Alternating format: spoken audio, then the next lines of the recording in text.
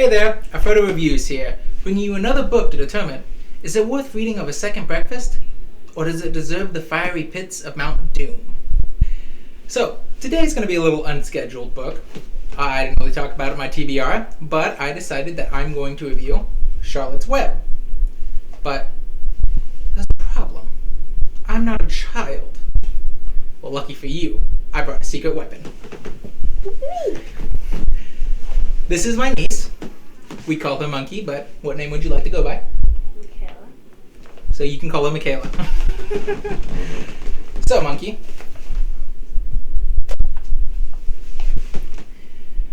What do you know about the book? It's sad and kind of funny. Do you know anything about the author? No, not at all. Well, his name is E.B. White, and he's a very popular kids author, at least back in the day. Yeah. He also wrote Stuart Little. You've seen that movie? Yeah. And he wrote a movie called The Trumpet and the Swan. I don't know if it ever got an adaptation, but I've heard it's pretty good. I own it myself. So, why don't you tell me about the cover a little? It looks like a sad pig and like a spider. The spider seems pretty small, but in the book it shows that it sounds like it's kind of big. There's a duck that looks like he's mad and a sheep that looks like he's confused. The little girl. Do you like the front cover? Yeah. You like it? You think it tells you pretty good about the book? For the most part, yeah. I just don't see why they would put these here. They're only there for like the beginning of the story. They're not really there for most of it. While he's on the farm and trying to fit in. Yeah. Well, what's on the back? On the back it shows you him doing a flip, and it just tells you a little bit about the book. And it says some pig, which in the book a lot of people called him because he was not normal. He was a little runt. Yeah, he was a runt. Excuse me. So, what's the book about? It's about a pig who had little piglets, and the dad went to go kill the rat. Little girl stopped her dad and said that if she was little, would he kill her? And it's basically just about him trying to fit in, and then he finds a spider named Charlotte.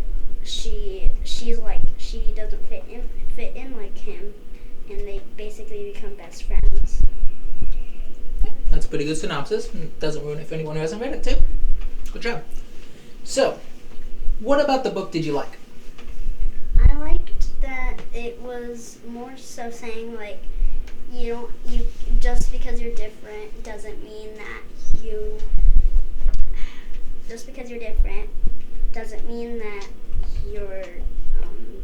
worse than anybody else, and it's okay to be different.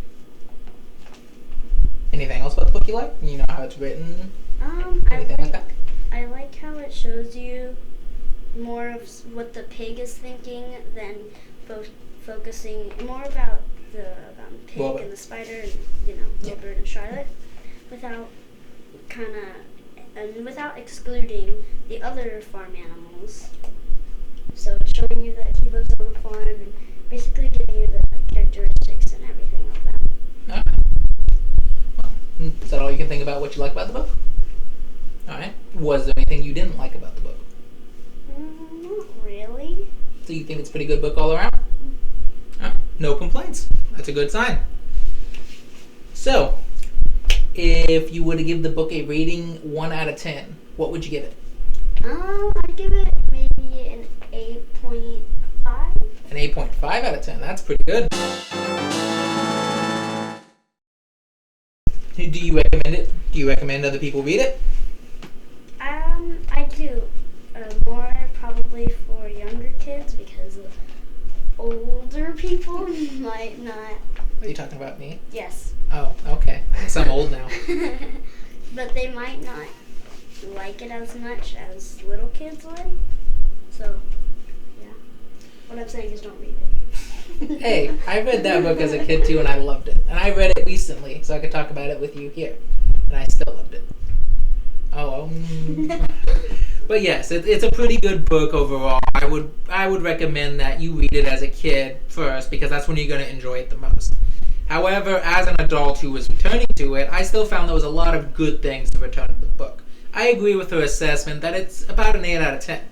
And that if you're looking to revisit your childhood, this is a book that holds up pretty well. So, would you like to recommend it to anyone in specific, or just children in general? Just children in general. Okay. Any warnings you want to give? I mean, I guess you already kind of did. Don't read it if you're old. Yeah, don't read it if you're old. If you don't, it's not really any warnings that you should give it to. But there is a rodent in it, so like if you read the book and then watch the movie and you're scared of rats, maybe don't read it. I'm talking about my aunt. But so probably if you're just scared of animals, I mean, who would be scared of animals? But if you're scared of animals, don't read it. Other than that, no warnings. Okay. Right. Well, obviously with a high rating like that, the book does not deserve Mount Doom. Not that I brought it with me anyways. I'm currently out of town for my normal recording area at her parents' house, so we can't toss it into Mount Doom anyways if it did deserve it. But, as you've read, it's a pretty good book, doesn't deserve Mount Doom, and comes highly recommended from the target audience. So, with that, that's pretty good to say. So, yeah. So, you want to do the outro? No. You don't want to do the outro? Okay, I guess I'll do it by myself then. Just remember, with every book comes an adventure, and every adventure is worth having, even if it's a bad one.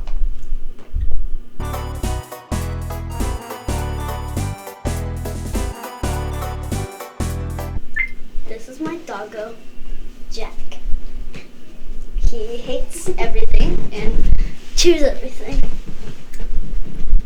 Yeah, he's a little brat. A brat without the B. He's a rat. Yeah.